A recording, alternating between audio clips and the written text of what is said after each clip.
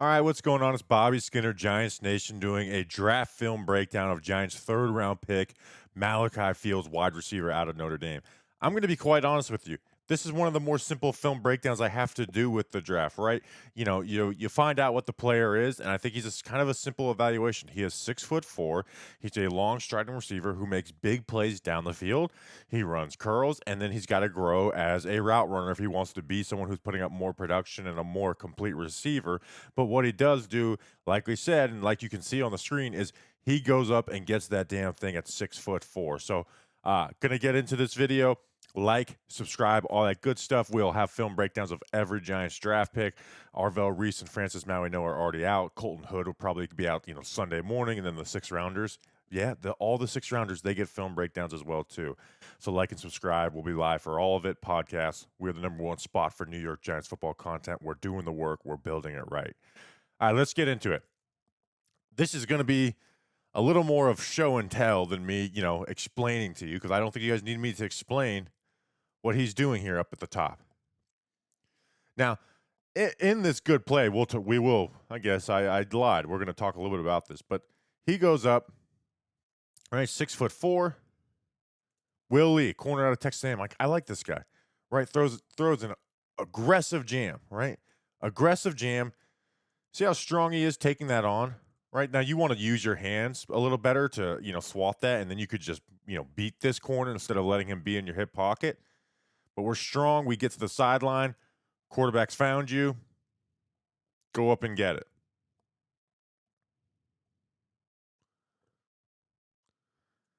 Again, at 6'4", high points the ball, good leap, in stride, find it, and then protect that football.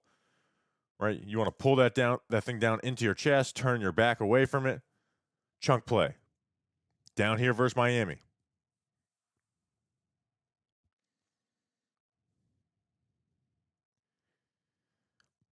Extremely similar. Right? We got press coverage. This time the corner doesn't throw a jam. He tries to match our release. We get to that sideline. Right? We're even. Right? And when you're 6'4" and you're this contested catch threat, when you're even, you're just going to get those opportunities. And that's obviously why the Giants drafted him. Not to get into a full breakdown of him, but I think this is a good fit with Jackson Dart.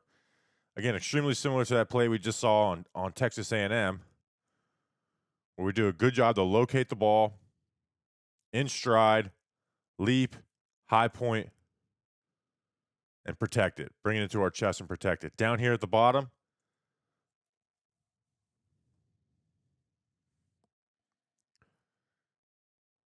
just a really good job. Right? He's not going to run past these guys.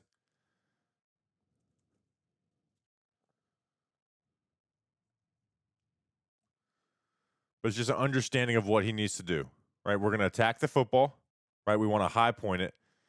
And then what do we want to do? Right? We don't want this corner is in a good spot. Right? We don't want this corner to break this pass up. Right? Corner's going to want to swat that ball.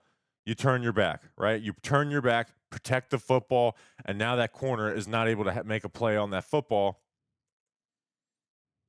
And you just got 6 points, right?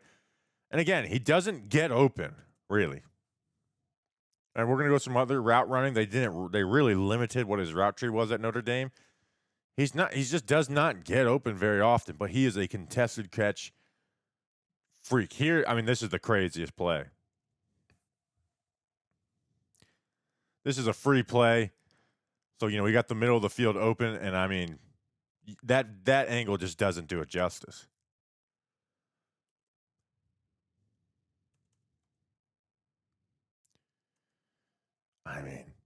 We are in stride, leaping, pulling it in with one hand. I don't know how he caught that. Now, I want to say with this, before we get to, the next part of this film breakdown, is he only had 8 deep catches this season, right? This isn't me. This is half of his deep production, right? So I'm not going to go through every single game of film and show you every deep catch he got. This is half of his production, right? He only caught 37% of them. But I do think it's a good fit for Jackson Dart. Because Jackson Dart somewhat likes to default to the deep ball, right? When he doesn't necessarily like what he's seeing from the route combination or the defense, he'll default to the deep ball, whether it's his alert or whatever. And he's got to fix his accuracy and set his feet a little bit better, but that accuracy just kind of wanes off a little bit. Malachi Fields can take some of those plays where, hey, and sometimes it's really good decision by Jackson Dart, where it's a 3rd and 8, and the correct decision on the board is, a 4-yard check down, and you end up punting, where he's like, I'd rather just take a shot down the field and let a guy make a play. Well, they finally have added somebody that can go and do that, right? Malik Neighbors can go and make plays, but he's just your more traditional receiver. On this play, just a good job, right? Reading what the defense is. You see this corner bail out like that, just completely bail. All right, they went into inverted Tampa too, right? We got our Tampa defender here, deep half. Don't run into it. Just sit. Find yourself in the hole. Good communication with the quarterback. And once again, attack the football and then, protect it, right? Turn your back to that DB, protect the football. Nice chunk play. So I guess I showed you 5 of the 8 deep passes that he caught this last season. This is the route that he runs the most, or at least has success on outside of the deep ball. Curls and hitches.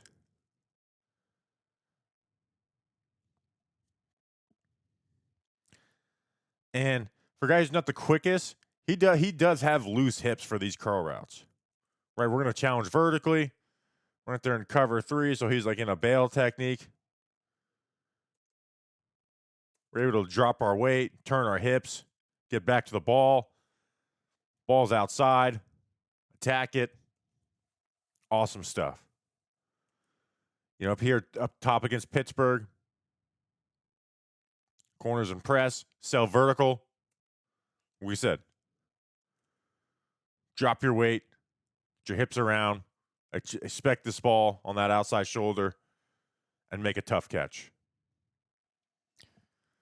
Right, and the vertical sell is what allows him to work these routes, but also his size and his catch radius allows, hey, sometimes when it's covered a little better, just put that ball towards the sideline, and he's going to go and make that play, right? That can be a real weapon for you on 3rd down. Down here at the bottom. Right, this time the corner's going to bail. All right, sit on it. Now we're going to go towards our inside shoulder.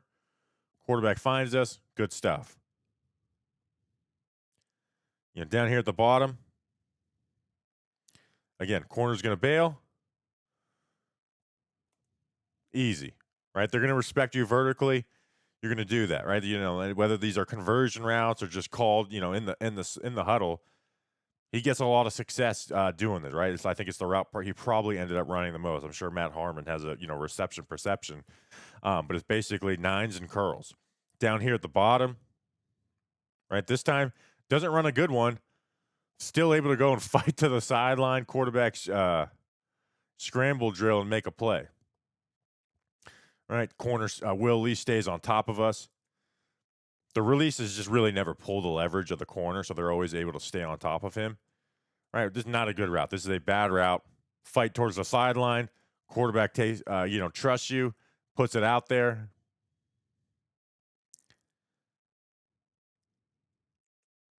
I mean, as I get this out of here. Whoa, there we go. I'm not editing that out. We'll leave that in. Sometimes it's not perfect like that play. Next play down here at the bottom. Right now we got these little quick hitches. 3rd and short hitch. Right, they want to press us up. We're going to sell outside, vertical, get this corner overextending, get him at full speed. Loose hips, stop, turn, catch the football with our hands. 1st down. Right, let's go watch this out all in full speed. Right, press, release outside, get him overextended, drop your weight, flip your hips, attack the ball with your hands. 1st down. Down here at the bottom versus Pitt. Same thing. Right, over and over and over again, you saw him run these routes. Right, this time versus off coverage, so you take what you get.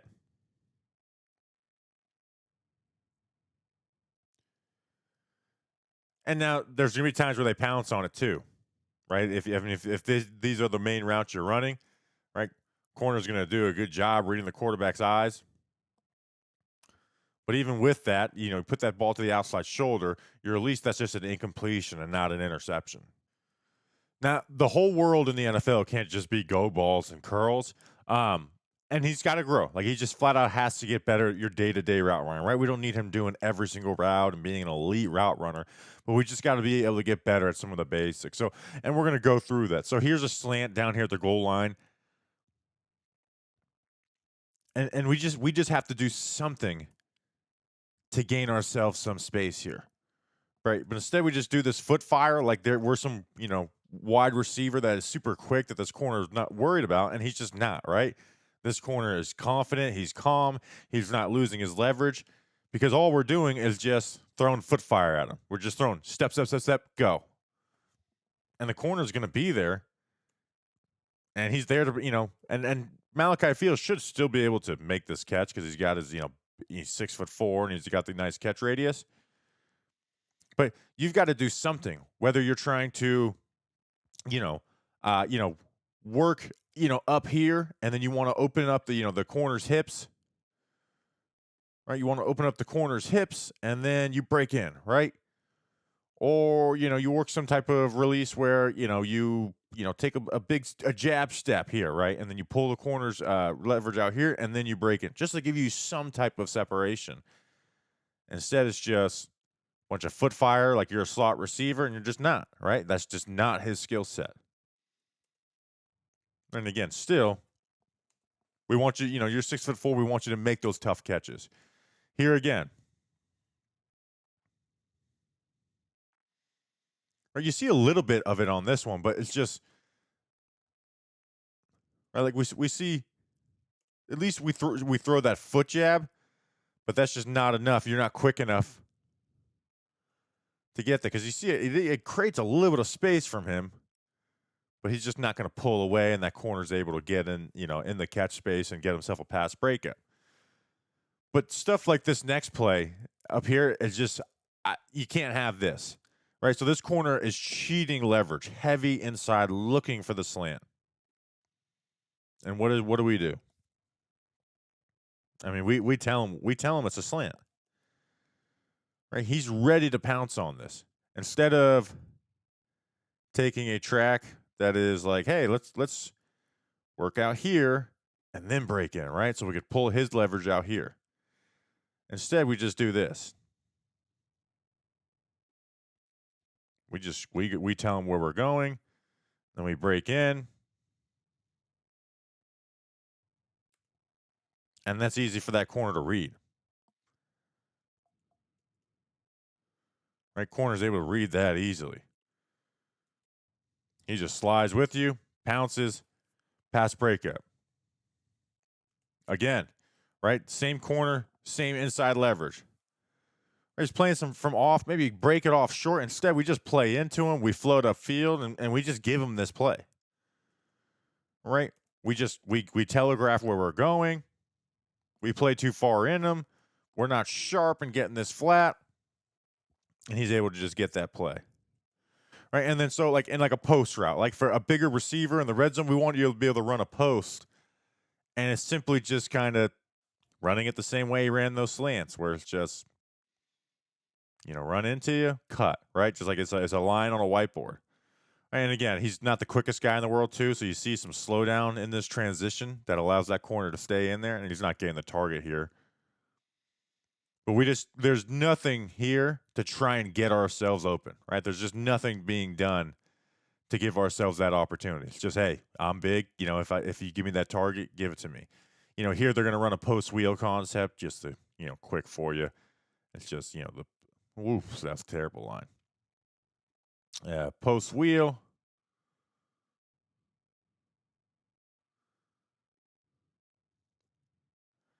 Right, so we get that inside left. Use that left arm as like a flipper, right? Just give a nice jab step to the left, pull his leverage, and then break open. Instead, hey, you can still get this throw and make a tough catch, but he's just there. And then stuff like this, I just don't know how much success you're going to have with this, even though he does make a nice tough catch here on this return route. I just don't know if he has the quickness to run these type of, quickly. All right, see, just the slowdown and clunkiness of this. Again, does make a nice tough catch on that play, and you're going to see the same route here. One thing I did like, though, is, found this, a nice catch here by Eli Raridon, is this play they use, he runs this perfectly. So what they're going to do is create a rub, but he does a good job to time it or push up vertically and then time it to get this perfectly, right? So we put him in motion. Right, and we do a good job. Tempo this up perfect, right? Show like, wait, maybe we're going to break in, maybe we're going to go vertically and break it out, right? Get it perfectly timed to pick off this corner and give himself a nice, easy yak play. I mean, it's watching at full speed.